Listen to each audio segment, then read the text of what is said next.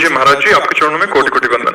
महाराज जी, आपके श्रीमुख से सुना है कि एक बालक यदि सच्ची भक्ति करता है तो 21 पीढ़ियां तर जाती हैं। तो महाराज जी, यदि माता पिता भक्ति करें तो बच्चों को भगवत प्राप्ति हो जाएगी?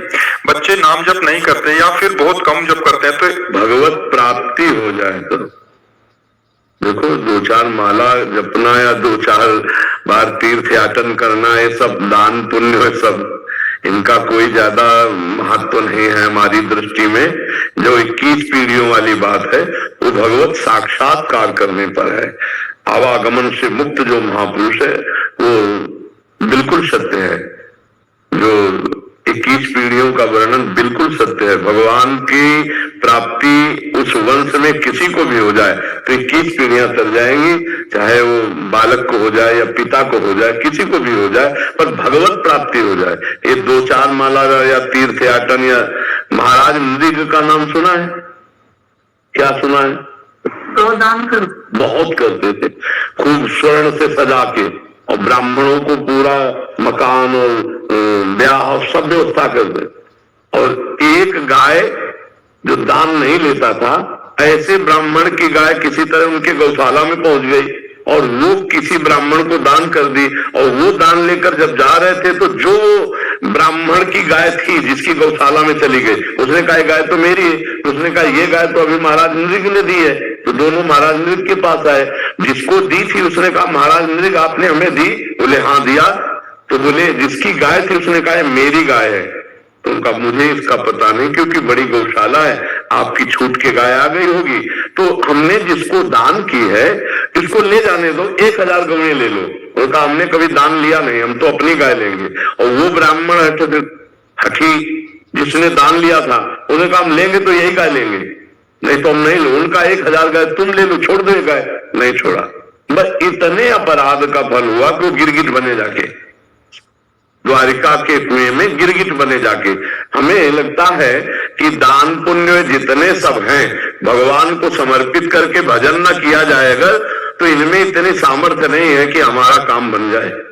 ये तो बहुत से ऐसे सत्कर्म हुए थे कि द्वारिका के कुएं में बने, तो भगवान श्री कृष्ण ने उनका उद्धार किया। तो हमें लगता है कि भगवान का नाम जब करते हुए जब हमारे को भगवत प्राप्ति हो जाए पक्का, फिर तो क्या है, फिर तो 21 पीढ़ियां तरना कोई बड़ी बात है।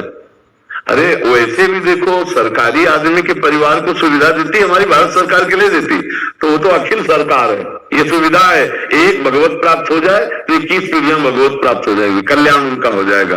ये तो पक्का है। तो करो डट के भजन इतना कि भगवान का साक्षात्कार हो जाए। पर ये बहुत कठिन है, खिलवाड़ नहीं है। सब भोगों का विस्मरण करके जब निरंतर भगवत स्मृति में देखो, आप लोग सब बैठे हो, कितनी देर भगवान में टिकते हो? मिनट टिकना कठिन हो जाएगा। देखो ना, भगवान में टिकना, वो फौरन विषय में भाग जाएगा मन, फौरन से संसार की चीज। वो मन भगवान में आसक्त हो जाए, आसक्त हो गया, मनोपंग हो गया भगवान की रूप माधुरी में, लीला माधुरी में, चिंतन में। अब ऐसे महाभागवत से तुम 21 पीढ़ी की बात करो, भगवान कह रहे मम भक्ति युक्तो भुवनम पुनातु। यदि मेरा ऐसा महाभागवत प्रेमी भक्त संकल्प कर ले तो पूरे भुवन का भुवन, लोक का लोक भगवत प्राप्त हो जाए।